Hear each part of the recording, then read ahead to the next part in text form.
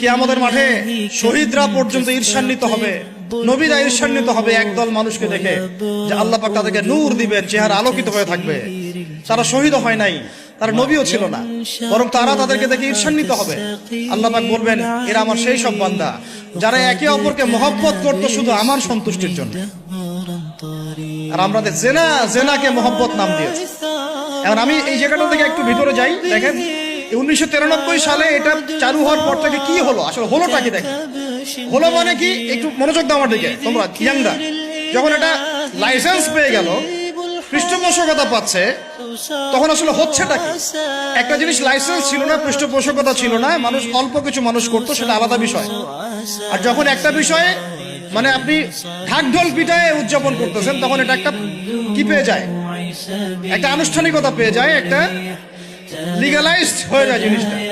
মনে হয় যে ওটাই মনে হয় করণীয়, ওটা যারা করছে না ওরাই মনে হয় ব্যাকডেটেড, এমন হয়ে যায় বিষয়টা। হলো কি তারপরে হলো ছেলে মেয়েদের ফ্রি একটা মিক্সিং শুরু হয়ে গেল।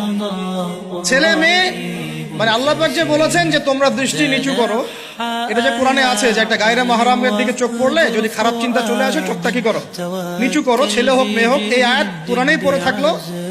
চক্ষু নিচু করো তো দূরের কথা, চোখে চোখ রেখে এখন কিস করতেছে মনে করেন।